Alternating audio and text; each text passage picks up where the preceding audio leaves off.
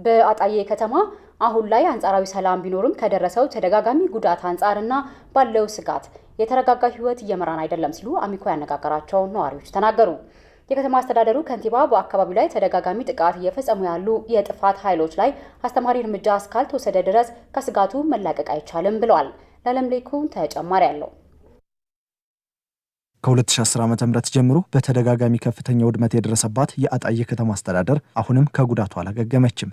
ለዚህ ምክንያቱ ደግሞ ለችግሩ በአጭር ጊዜ መፍትሄ መስጠት ባለመቻሉና እስከ ቅርብ ጊዜ ድረስም አካባቢው የግጭት ቀጠና ሆኖ በመቀጠሉ ነው። በዚህ ምክንያት የተረጋጋ ህይወት መምራት አልቻልንም ይላሉ የከተማዋ ነዋሪዎች። ህይወቱ የተመሰቃቀለ ነው አሁን ላይ ያለው። ምክንያቱም ተረጋግቶ የሆነ ነገር የሚፈጥርበትና የራሱን ህይወት አስቦ የሚተዳደርበትን እያሰበ አይደለም። ምክንያቱም በቃ አሁን ስደት ነው፣ አሁን መቀመጥ ነው፣ አሁን ስደት ነው። እንደውም አልፎም አሁን በተለይ 01 አካባቢ ያለውና 02 አጋማሽ ያለው ቤቱም የመግባት እድሉ አሁን የተሰናከለ ነው በአሁኑ ሰዓት። እኔ ለምሳሌ ነጋዴ ነኝ። የ5 አመት ሙሉ ስራ አልሰራው። ለምን በዚህ አይነት ችግር እና በእንዲህ አይነት በጣም አስቸጋሪ ሁኔታ ነው። ቀጣይ ጣፋንታው ምን እንደሚሆን ያው ከባድ ነው። 2 ወር እናርፋለን፣ በ3ኛው ወር ይመጣሉ ውጊያ ነው። ስለዚህ በጣም አስቸጋሪ ስለሆነ በዚህ ምክንያት ያው ምንሰራው ስራ የለም።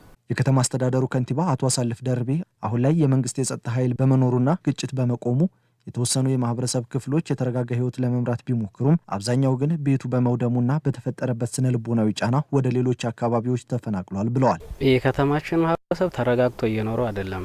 አንደኛ የቅድም ማንሳት እንደፈለኩት የተደጋጋሚ ጦርነት አለ። እዚህ ላይ ተረጋግቶ ቤቱ እየኖረ አይደለም። ቀን እዚህ ከኋላ ዳሩን ወደ ገጠር ቀበሌዎች ሄዶ የሚያድር የከተማችን ነዋሪ አለ። በተጨማሪ ደግሞ የከተማችን ማህበረሰብ ወደ ከተማችን እንዳይገባ የወደሙ ንብረቶች አሉ። መኖሪያ ቤቶች ከባለፈው አመት ጋር እስካሁን ሲደማመሩ ወደ 1160 ቤቶች አካባቢ ተቃጠሉ አሉና ከነዚህ ውስጥ ውስኖቹ ነው የሰራ ነው። የመኖሪያ ቤትም መጥረት አለ።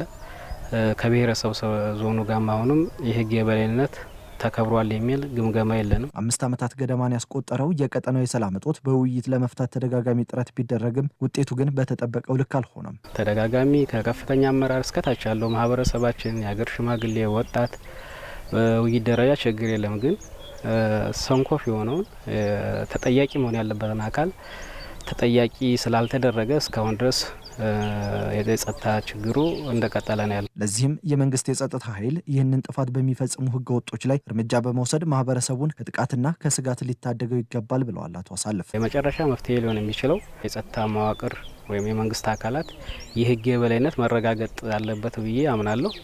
ስለዚህ ጠንከር ያለ የህግ የበላይነት የሚረጋገጥበትን በብሔረሰብ ዞኑም አካባቢ ያለውን መንግስት ትኩረት ሰጥቶ በተለያየ አግባብ መሰራት ያለበትን ካልሰራ ለወደፊትም የጸጥታ ችግር ሊኖር ይችላል የሚል ግምገማ አለን። ስለዚህ የህግ የበላይነት መከበር አለበት የሚል ሀሳብ አለኝ። አሚኮ በከተማ አስተዳደሩ ባደረገው ቅኝት የተቀዛቀዘ ማህበራዊ እንቅስቃሴ እንዳለም መታዘብ ችሏል።